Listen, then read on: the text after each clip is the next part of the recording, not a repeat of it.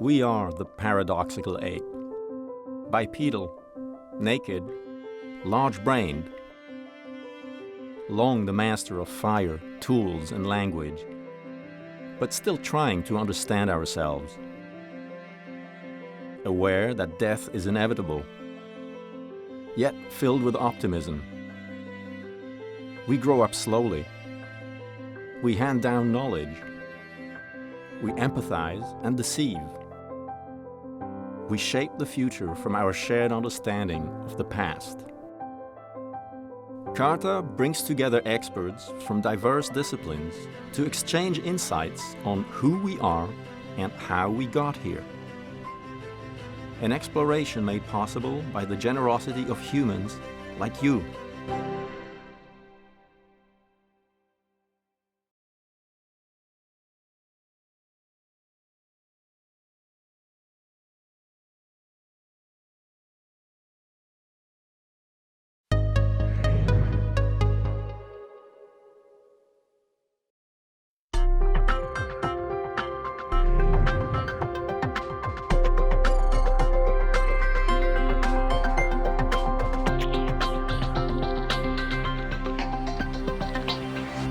Good afternoon. It is an honor and a privilege to be here. Thank you very much. So I will talk about Klasies River main site today. So Klasies River main site is situated in South Africa on the southern Cape Coast. And what you see there is that it's situated close to quite a few very well-known caves from which we know quite a lot about, especially the evolution of modern humans. On the picture below, you can see there's a picture of Klasies River, and there you can see that it's right on the coast. So it's very picturesque to work there, a really very nice environment. Also on that bottom slide, you can see that there's a lot of lush vegetation around it. It consists of forest, fane moss, and thicket. So that is enough to see to all of your plant needs if you had to rely on that for food. So this picture shows you Klasies River main site, and what you may first see is that it consists of 4 recesses or caves that we call by different names. So there with cave 1A, I've put you 2 little human figures to show you the scale. This is, against all of these caves, 21 meters of shell-midden deposits formed. And this means it's one of the largest shell middens in Africa, dating to between 120 and 48,000 years ago.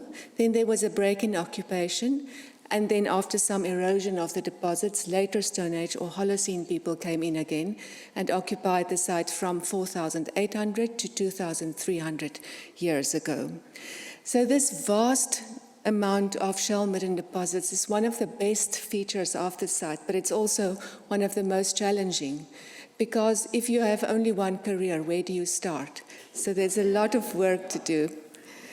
So what I want to talk to you about today, being such a large deposit, is just flashes of light on some of the aspects on which Klasies River can throw some light. So at Klasies River, we have quite a few hominid human representatives. I will talk about some evidence that highlight the ecological genius and cultural flexibility and complexity of our early ancestors. And I would like to emphasize that they have achieved this without our current superculture. So they really adapted to that environment. So who lived at Klasies River? We've got more than 50 human fossils at Klasies River, and most of them date to between 120 and 90,000 years ago. What we can see from the remains that we have, and in the previous slide you will see that they were quite broken up, small pieces of human remains. So we don't have a full skull or a complete skeleton, so fragmentary remains, but what we can still say from that is that it's a morphologically variable population with very small individuals as well as larger, robust individuals. Interestingly, for Klasies River, we get mostly adults represented. For most of the other Southern Cape sites, we find mostly infants represented. So that is perplexing. Why is this the case? We do have only 3 teeth of infants, and in the picture that you see there, that's the Wurz and Spoor deposits dating to around between 70 and 50,000 years ago. So if you find teeth of infants in a deposit, you have to think that it was families that lived here. These Wurz and Spoor deposits are the deposits that we can see the highest density of occupation in the site. So that's quite interesting that we find the infants in this layer. Something that's really interesting for Klasies River is that almost all of the human remains, especially the lower deposits, those between 120 and 90,000 years ago, are burned, as you can probably see from this picture, and many of them have cut marks. So what is the logical conclusion is that it was probably cannibalism that was practiced. Was it ritual cannibalism? Was it dietary cannibalism? We do not know. It is one of those issues that we hope to throw light on in future.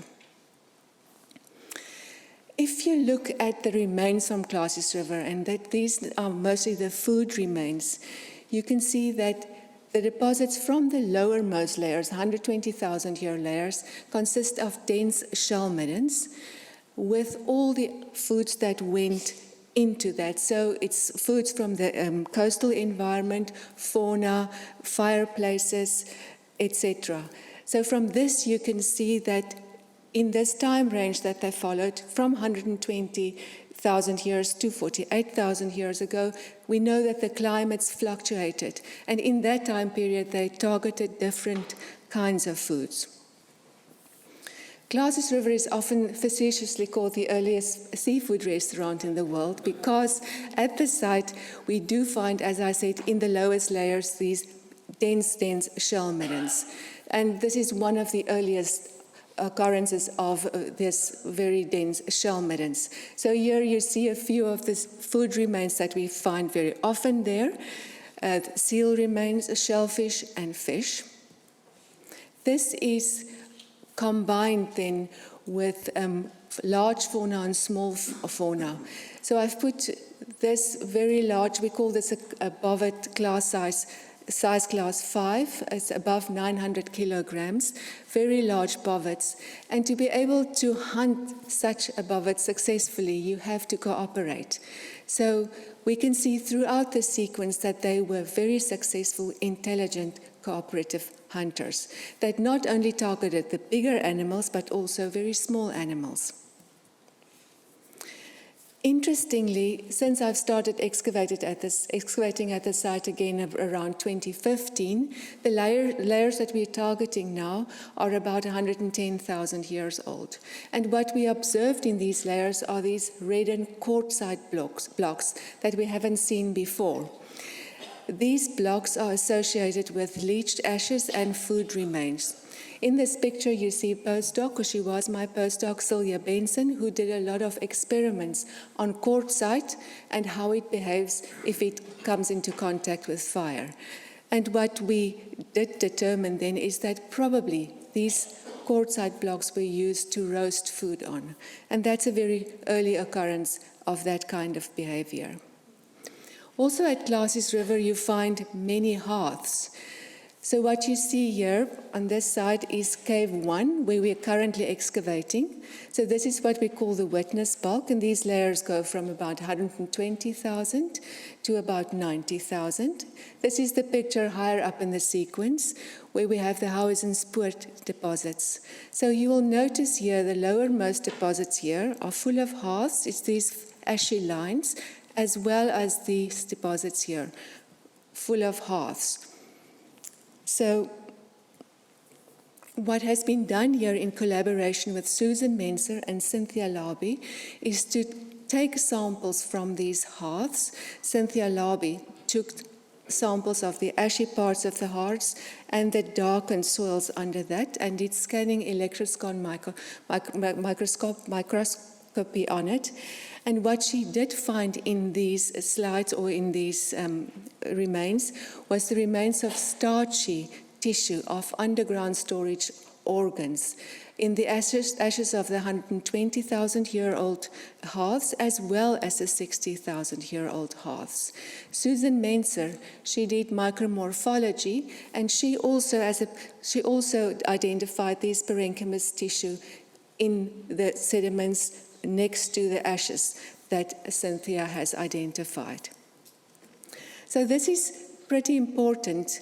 So far it's the earliest direct published evidence. We also have very early evidence from Border Cave for the deliberate inclusion of starch in diet. We don't think this is the earliest evidence for starch inclusion because the genetic evidence shows that modern humans have more copies of the gene that produces salivary amylase. That's the enzyme that breaks down starch, and this change seemed to have occurred already 300,000 years ago. So it seems that starch was an important part of hunter-gatherer diets long before agriculture developed. So this puts a new perspective onto the idea that paleo diets consist just of proteins and fats. So starch was really an important part of that diet as well. So from this evidence that I just really discussed with you very superficially, we can say that humans at Klasies River followed a balanced diet with starchy, cooked foods and roots and tubers combined with roasted protein and fat from shellfish, fish, small and large fauna. So this complexity and ingenuity that we see in the diets, we can also link that to their cultural behavior. So here is a picture of the stone tools found throughout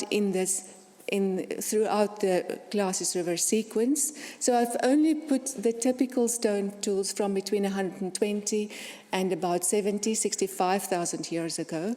But what is interesting is that we see, just as the humans adapted their diet through time, they also adapted the way in which they made stone tools. And it was probably used for the same kinds of tasks, but they used different ways to manufacture those tools. So this gives us some inclination of how they thought. We do get clearer snapshots of cultural complexity during periods of more intensive occupation. And we think at the site it's around 100,000 years ago, as at, for example, Blombos Cave, 65,000 years ago with the Hauenspoort, and 4,800 years ago. So time only allows me to really quickly focus on some of these aspects, and I'll do that in relation to pigments and to bone tools, because we seem to find more of these materials during these time periods. So in the 100,000-year-old levels, we do see this pigment that's been shaped, or ochre, shaped in a crayon, and you can see that it has these lines on it, so it's been used and shaped intentionally. Then there's also this piece of ochre, which has been scored or engraved. We don't think it's a pattern. We just see it was probably used to make powder. And this occurs in relation to in association with these notched bone tools made on the ribs of a very large animal like an eland. Here you can see some of these notches. We don't know what it was used for. It is still a mystery, but we are working on that.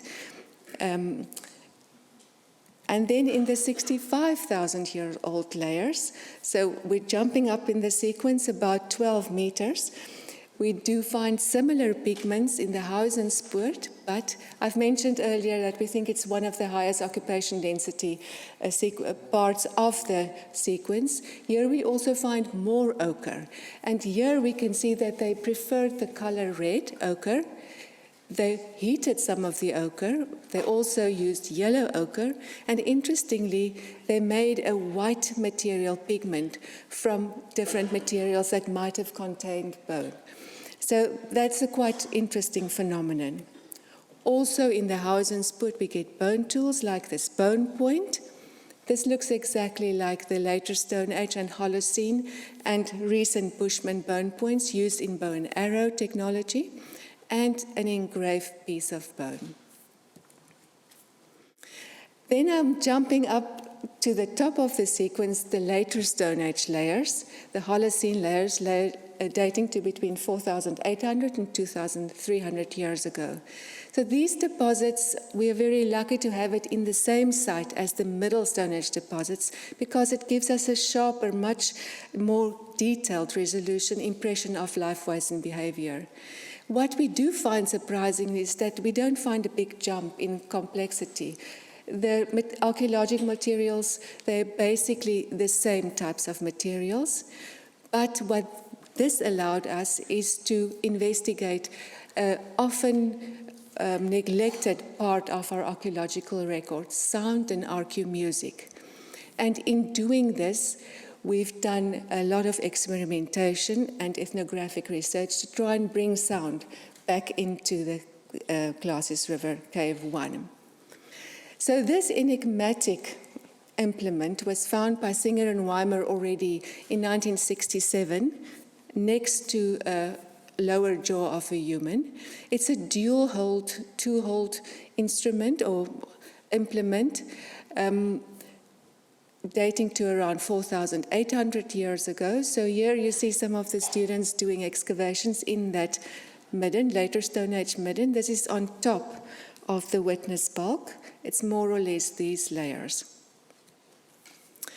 And what we found when we looked at the ethnographic record and by doing some experimentation is that, as Singer and Weimer and others have suggested, that this might have been a musical instrument or an instrument to make sound with. So I don't know if you know what a wur is or a vera. It's just the sound that it makes. So you put it in the middle, like Joshua is doing here. So we estimated the length of the rope used by the ethnographic examples, and if you do this, it makes a sound. And interesting, the sound is very similar to that made by bees. So we're investigating this further. So this Klasies River archive highlights the kinds of achievements of African populations that played a prominent role in the development of humankind, of people like us. I would like to thank everybody for being here and for giving me the opportunity to speak to you. Thank you.